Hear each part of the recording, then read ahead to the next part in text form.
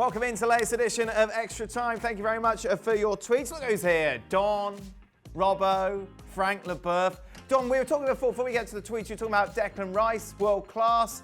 Is he really, though? Isn't it just the fact that he's English? That's why people pay more attention to him. If he was from somewhere else, like he wasn't very good today in the game. Don't say just because he's English that he's just overhyped. He is a different class. Every time I watch Declan Rice, I think, why is no one bought him then? Well, Chelsea are trying to buy him. They were going to spend £80 million on him.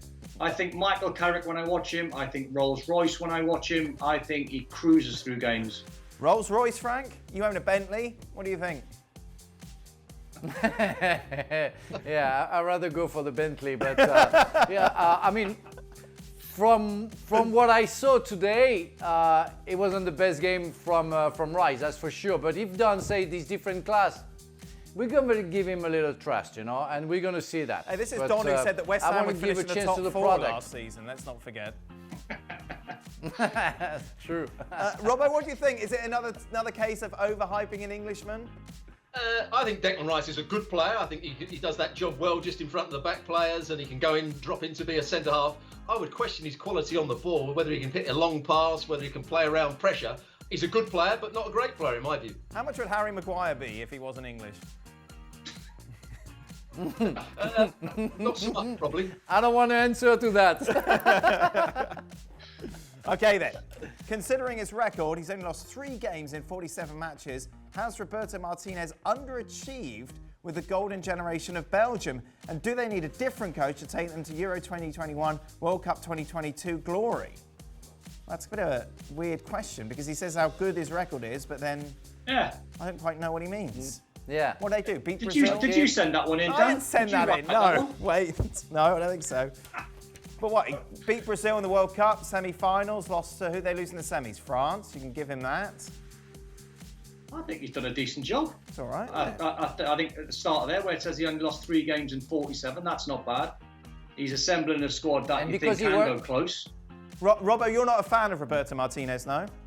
I've never said that. No, Roberto Martinez, I thought, struggled at times when he was Everton manager, but since he's been the Belgian manager, I think he's been good. I think he knows exactly what system he wants to play. I think he's done well with the team. He's got the best out of Lukaku again. He's got the best out of some very good players, and he's got the best out of average players as well to make them a very good side. So I think he's done a good job there.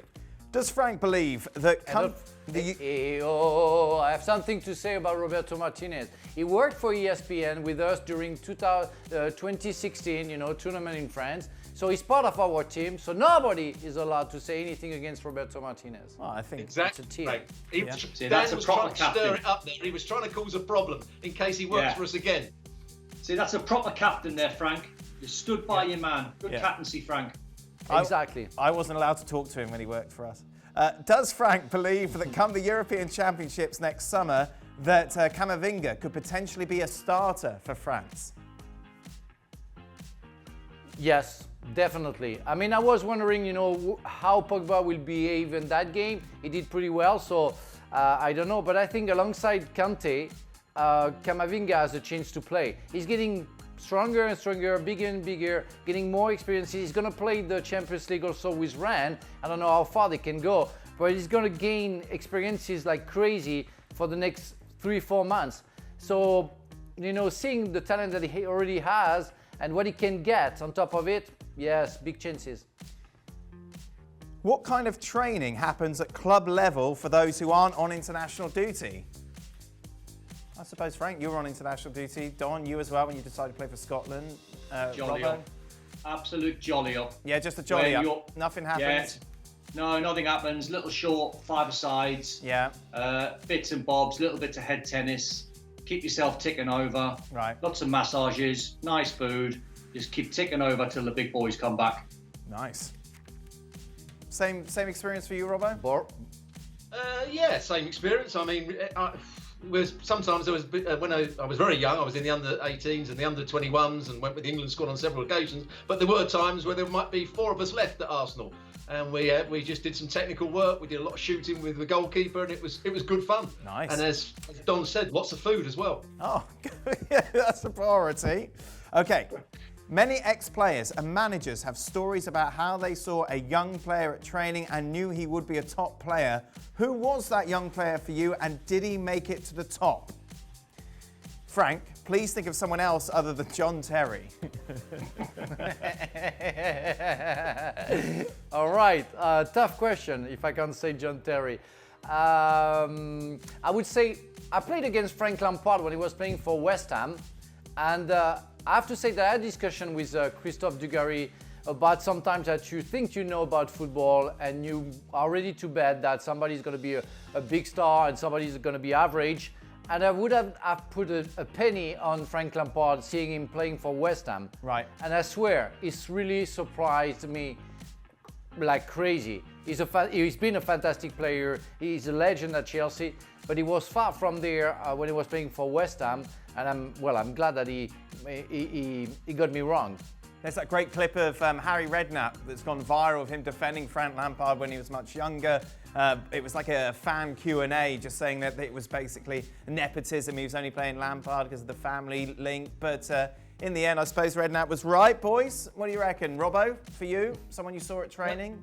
Yeah, it wasn't with Arsenal, it was actually with England youth, and there was a player called Mark Walters who was at Aston Villa as a youngster. He was one of the best dribblers that I've ever seen, and he was outstanding.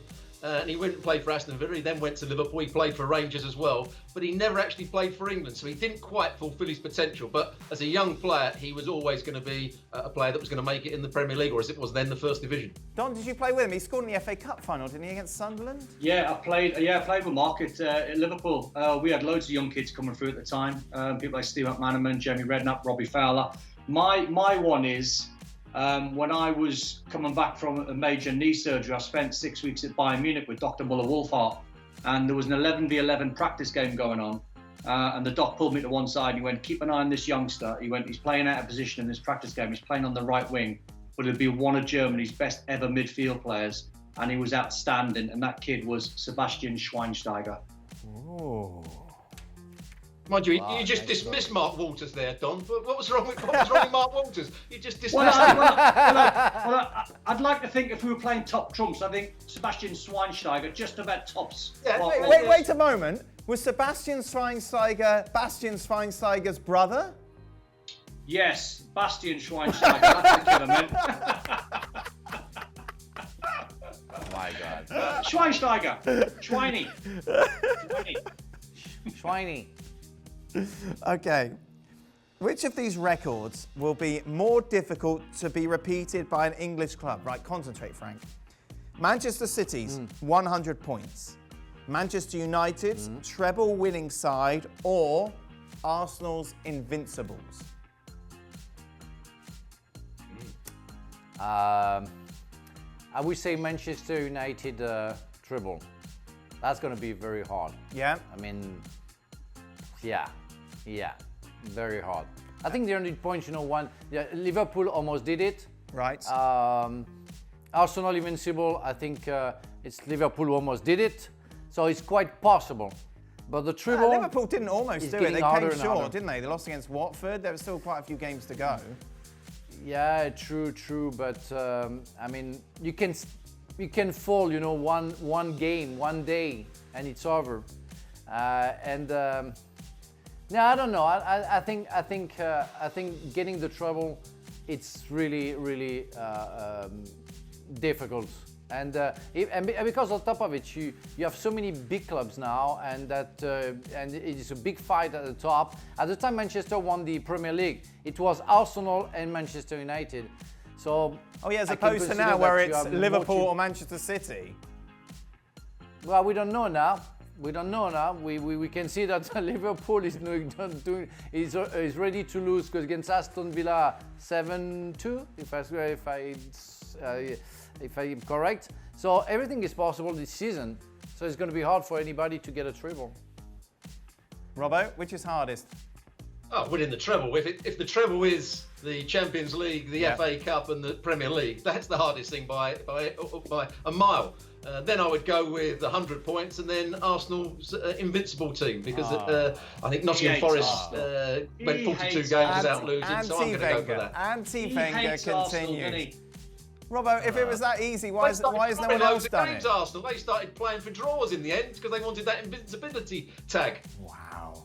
God, it's deep, isn't it, Don? It's deep. Oh, you can see it. He has a you point. can see he's getting redder and redder. Look at his face. Look, he's beetroot. Don, what do you think? I think I'd have to agree with the boys. I was going to go Invincibles, but hang on. You just had a go at me, and now you're going to agree with me. Yeah, but you put Arsenal last. You put Arsenal last. Being invincible is harder than getting 100 points, I would imagine. And Stevie Nicholls won the treble, by the way, for Liverpool back in the 80s. Don. Says a lot. Don, what's the latest insight on Frank's preferred attack when their season resumes? Will Ziyech be fit to play soon? Got no insight, Dan. I've sent him 1,000 texts over the last weekend, and he's blanking me for fun. All because of this show. Oh, Before I was on this show, exactly. texting back super quick. Yep. Now, kiboshed. Because you're associated with Stewart Robson, that's what it does for you. You, Dan Thomas, you're a troublemaker, Thomas. All right. Did you guys like making two-footed tackles? Do you think the game's gone soft? Yeah. Did you like a good two-footed challenge? That was the best part of the game. Yeah. Well, who was sent off most? It's probably you, Don, isn't it? You were sent off most. 6, I think. I've seen Frank do some naughty ones. How many times you sent off, Don? 6 times. 6, I think. Robbo? Well, I was sent off once. Once? Against Spurs. I failed the right person, Graham Roberts. Whoa. Double foot tackle over the top. Wow. It was on Boxing Day. And what about you, Frank? I think I was sent off more than 10 times. Wow. Blooming heck. Almost as much as Zidane. Yeah, because I was because I was always late. So but it's funny that a guy like Marcel Desailly was incapable of tackling. The guy was so strong that he was staying on his feet, but he didn't know how to tackle. He never tackled in his life, I think. Yeah, but you've preluded that story by the fact that you were sent off 10 times, which suggests that you didn't know how to tackle either. No, I tackle, but you take a risk when you tackle, and I haven't been sent off always because of a tackle. I've been sent off because I insulted the ref, because I put a handball on the line, for different things, But when you tackle, it's a skill. When you can see forwards when they tackle, it's very dangerous. They can break a leg. We know how to tackle. We used to tackle, and we know how to protect even the striker when we tackle him. We know how to put him in danger as well. That's the trick. If there was VAR, Don, how many times would you have been sent off? I don't know, Dan, but I've just Googled Bastian Schweinsteiger's name, and you are correct. It is Bastian, not Sebastian. I can't believe you had to Google that, Don. I had to, just for my own clarity, because I was hoping I was going to catch you out and I'd be right and you were wrong. How did that work out? You were right and I was wrong. Yes. Well, thank you very much for watching ESPN on YouTube. For more sports highlights and analysis, be sure to download the ESPN app. And for live streaming, premium content, and let's not forget as well, ESPNFC 7 days a week. Subscribe to ESPN+.